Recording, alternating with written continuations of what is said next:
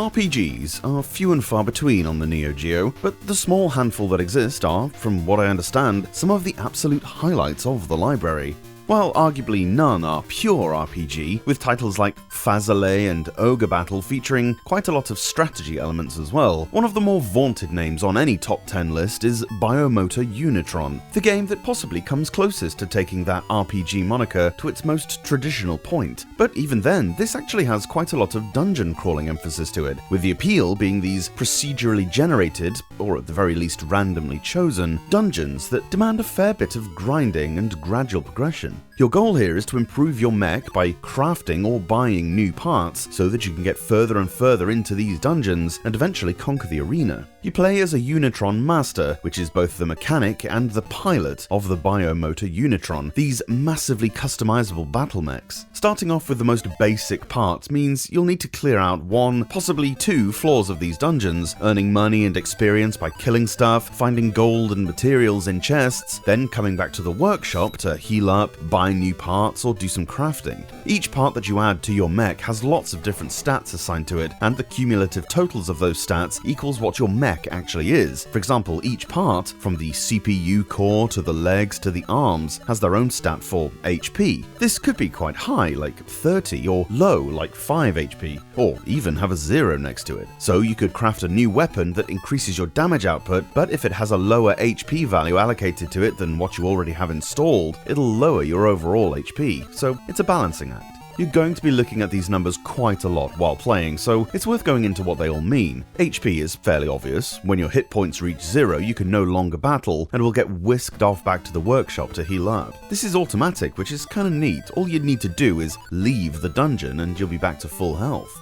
EP is your energy points, which shows how much energy is available for using your Unitron's equipped weapons. Everything you equip takes a specific amount of EP to activate, with stronger weapons typically requiring more EP, so this is a critical resource to manage. It'll only become an issue in tougher fights that you can't end in a turn or two, and you'll be glad to know that it replenishes after each battle, so you won't have to trek home or pound items to fix this. When your EP is depleted though, you can only use basic attacks, which are pretty weak, so keep an eye on it and use the charge feature in battle if you need to. AP is your attack power and is primarily influenced by the arms you equip, from the different punches to cannons. There are honestly loads of different parts in this group, and they all have elemental perks, known as affinities, which we'll come on to in a bit.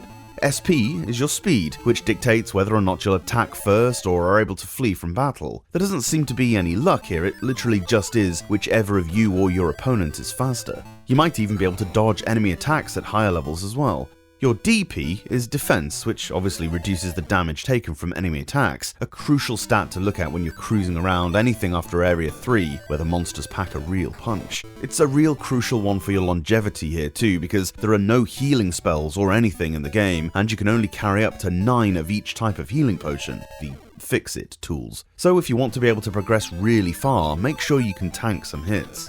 A slightly more nebulous stat is your weight. A higher weight might reduce your speed, but it does make you tankier. It's a tough one to know how to balance. I'd probably say that if your speed stat is high, but you still seem to be attacking second and struggle to run from fights, try to lower your weight. It's often more beneficial to attack first than be more defensively strong, as once you're leveled enough, you can end most fights pretty quickly. It's linked to what materials your parts are made from. Steel is heavy but durable, whereas silver is lighter but a bit weaker. Should you be able to craft mithril parts though, you'll get the best of both worlds. These are incredibly expensive, however. When you start the game, you'll pick between pairs of characters, a male and female human, elf, mariner, birdian, or lizard. There's little difference, save an aesthetic one, but the leg part of your Unitron will be different depending on what you choose. At least that's the only difference I noticed, and you can just buy the other ones if you prefer their stats anyway. Whichever of the girl or boy you pick will be your main character, and the other one will work in the warehouse for you. When you level up in the dungeons, it's your protagonist that levels up, and this increases your control, which has various minor effects on your mecha.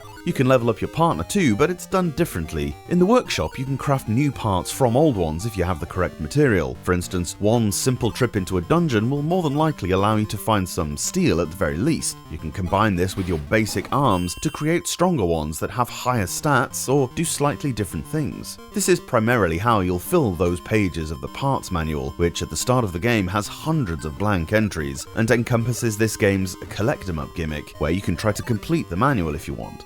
Note that forging isn't 100% guaranteed. It depends on the complexity of the parts and the materials, and also the level of your accomplice. The more you craft, the higher their level will go, so it's worth buying some junker parts that you're not going to use to fix up then sell on. You can increase this chance by using tools that you can buy or find in the wild. This will boost the success rate from, say, 84% to 89% or something like that. Note that not all arms can be improved, and not all materials are compatible with all parts. Steel is great for boosting your arms, but gold is going to be useless in this regard, nor is it much good for armor. You'll need to save that for the innards like new cores and such. Make sure as well to buy 2 accessories. They're in the items menu in the shop rather than the parts one for some reason, as these will give you nice little stat boosts, reduce EP cost or increase regen, or even improve your critical hit rate.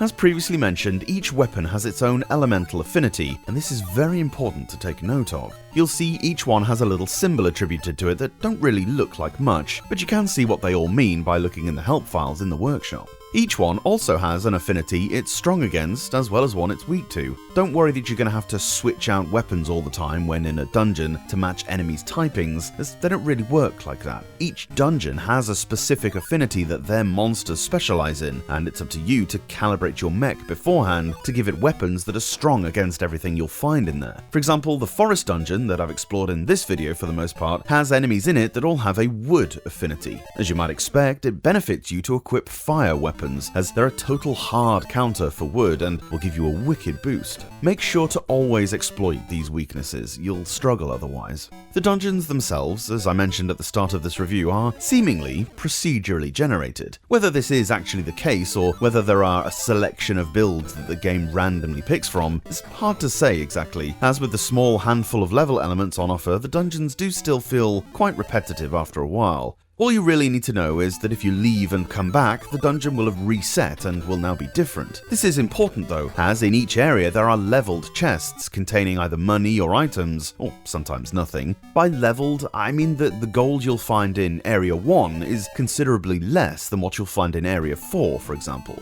These chests also reset, emphasizing this idea of repeating dungeons many times to grind for money. You can quite easily just do Area 1, then leave, rinse and repeat, if all you're trying to do is earn money. You'll know when it's time to push further on though, when you start only getting 1 XP per fight. That's a surefire sign that you're too strong for this bit. Move animations and character sprites are basic but effective, as are the dungeon's designs, which, while lacking in variation, still look good. The music is catchy, with upbeat tracks that match the game's adventurous tone. However, the limited sound capabilities of the console means the sound effects don't really add much and can become repetitive after a while. There are plenty of different dungeons and a fairly interesting story that plays out behind the scenes. For the first half or more of the game, you won't see a lot of it, as you're just trying to get as strong as you can to fight the arena mode, but persist for long enough and the narrative will start to unfold. It's a bit of a shame that there's not more to do with the NPCs you can meet in the town hub area, but what you do get adds a bit of personality to the world to save it from becoming a complete grindfest.